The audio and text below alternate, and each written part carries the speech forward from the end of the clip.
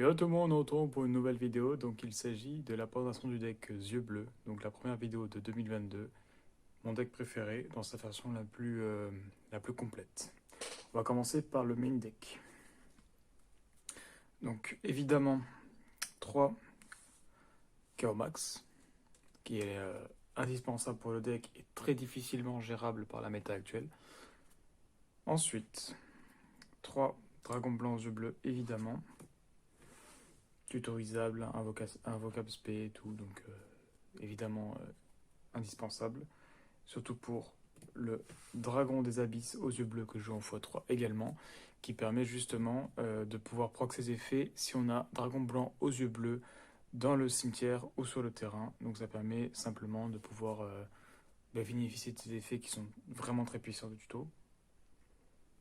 Ensuite, 3 pierres blanches up légendaires.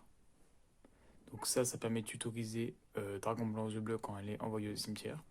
Donc c'est vraiment très fort. Ensuite, 3 pierres blanches anciennes. Celle-ci, c'est l'une des plus fortes également, qui permet simplement d'invoquer spécialement un yeux bleu quand elle est envoyée au cimetière durant la phase, depuis le deck.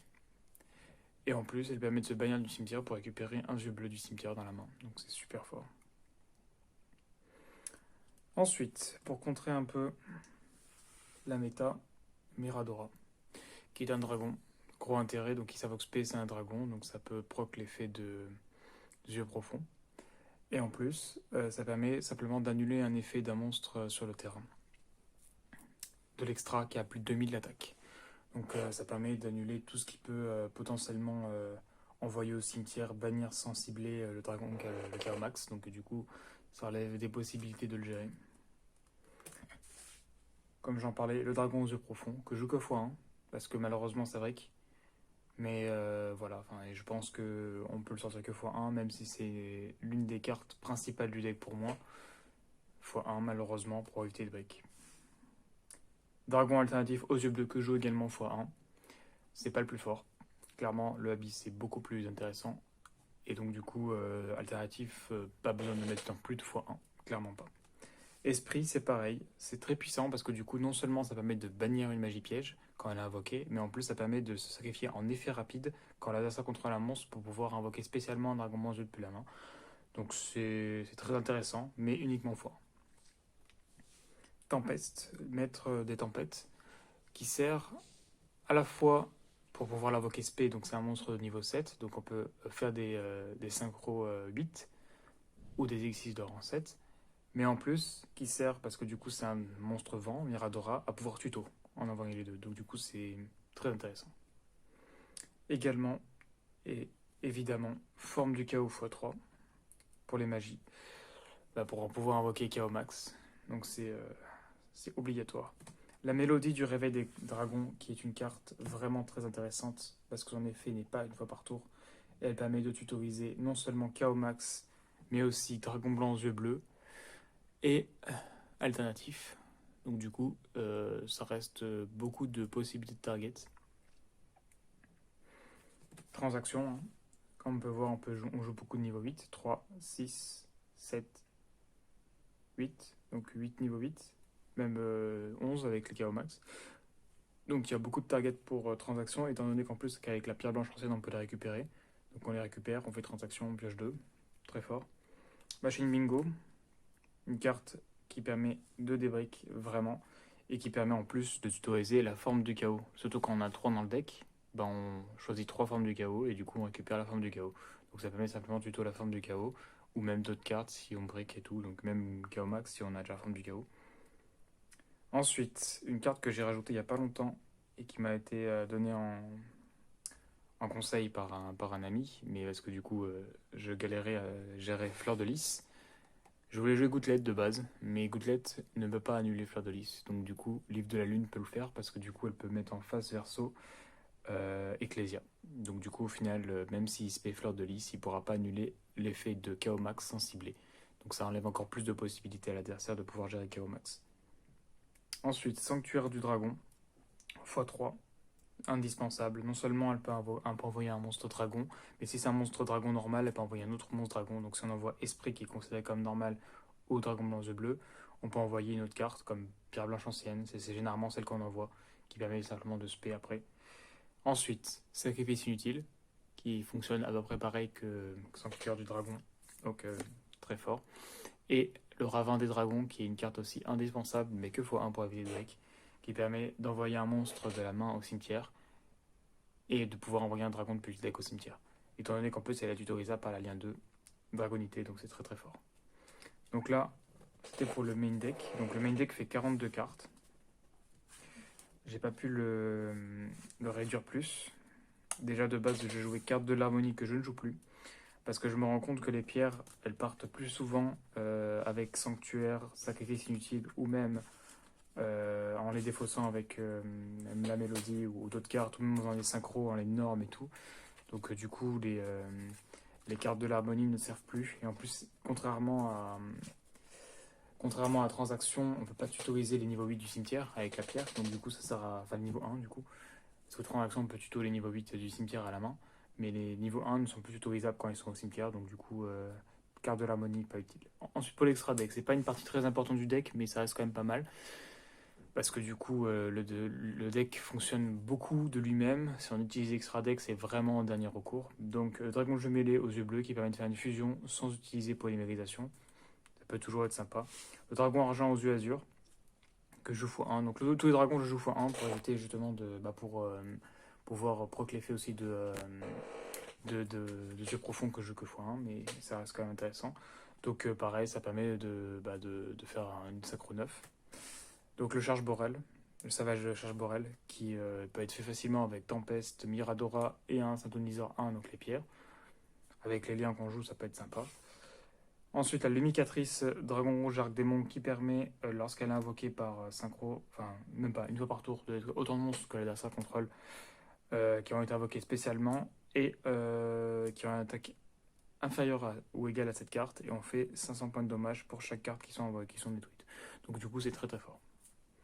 Ensuite, le Dragon Cypher aux yeux galactiques qui permet de prendre un monstre adversaire et de le transformer en Dragon Cypher avec 3000.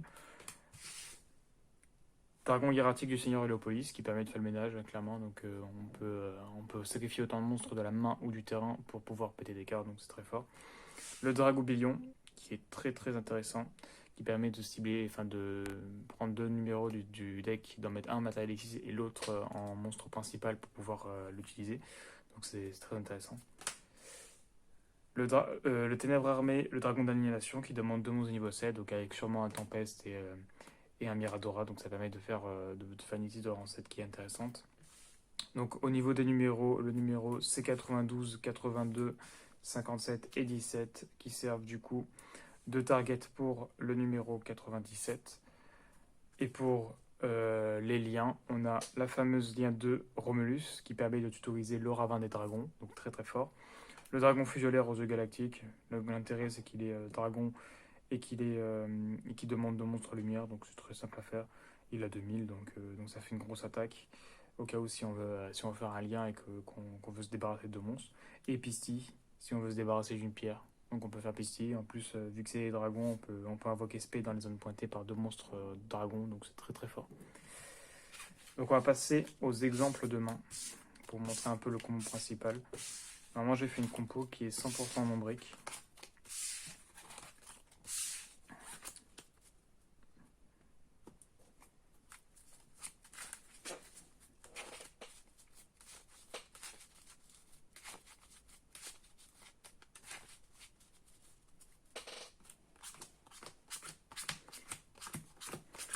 C'est plutôt un deck go first, même si en go second il peut très bien aussi s'en sortir. Mais oui, les deux peuvent être ok. Hein. Il n'y a pas vraiment de... Disons que vu qu'il joue les deux la lune et tout, go first ça peut être pas mal, on peut le set, et ça fait toujours une negate, enfin une negate, quelque chose qui peut contrer l'adversaire. Donc du coup voilà. Bon, on va commencer du coup. Donc on a le Chaos Max, Miradora, Blue Eyes, Esprit et Tempeste. On peut jouer hein, clairement. Donc Là, on fait l'effet du tempeste, hein. On va envoyer le Miradora pour aller tutoriser un monstre dragon. Donc là, ajoutez un monstre dragon depuis votre deck à votre main. Alors, le mieux, ce serait de récupérer la pierre blanche ancienne. Comme ça, on va pouvoir faire des trucs intéressants.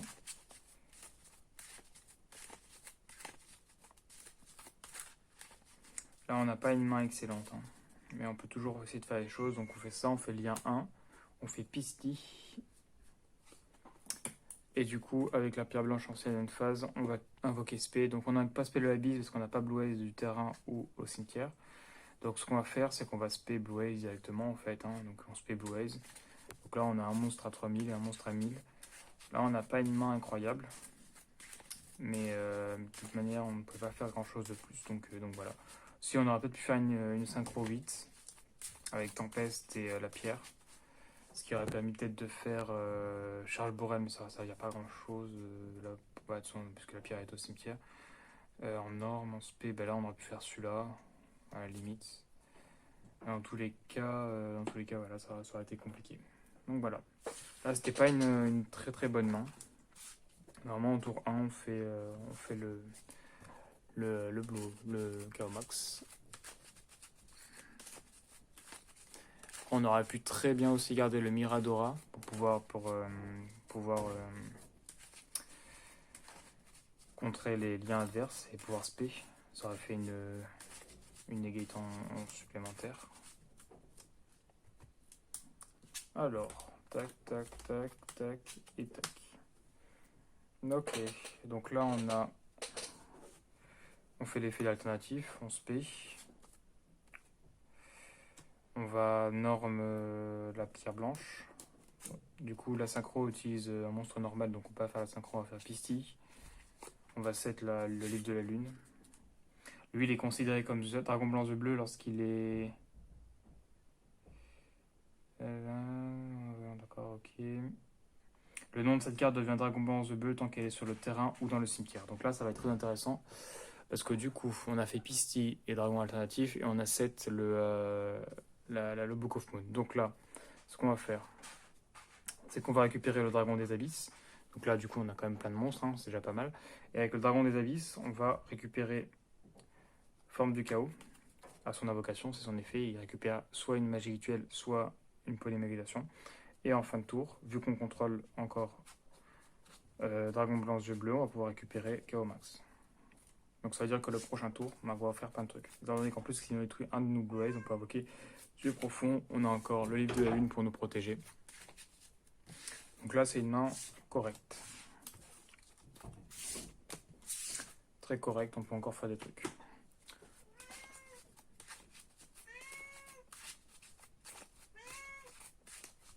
Ensuite, on va faire une dernière main pour...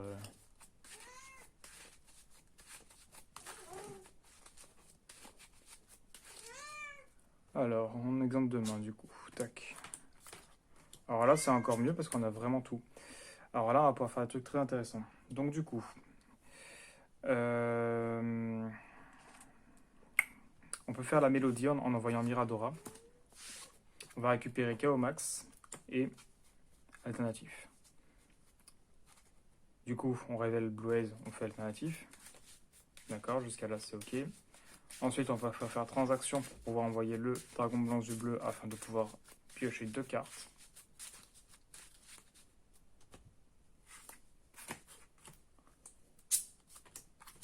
Parfait. Ensuite,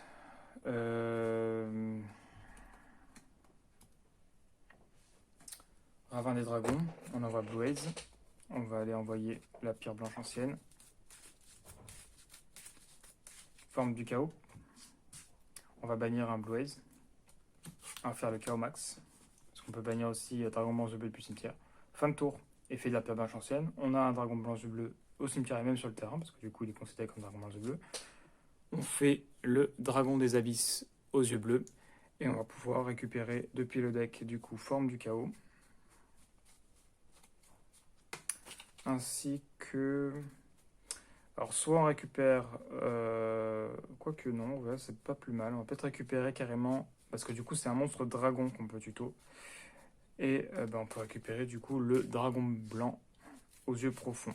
Ça nous permettra d'avoir une petite défense au cas où si le KO max serait détruit au combat, au cas où. On lui ferait pas mal de dommages, hein. Et puis si le KO max est détruit, en plus on peut récupérer avec la paix blanche en scène et refaire le KO max. Donc du coup au final ce sera tout worse pour nous. Donc voilà, là c'est une bonne main, une très bonne main même, Blue Haze. Très difficilement gérable. Là il pourrait le gérer avec une fleur de lys ou un truc qui ne cible pas ou qui bannit sans cibler. Mais sinon, à part ça, ce serait très compliqué. Par exemple, contre un deck Sky Striker, c'est très compliqué à gérer. Donc voilà, donc j'espère que la vidéo vous a plu. Donc je vous invite à aller voir mes autres vidéos et à vous abonner. À la prochaine pour une autre vidéo.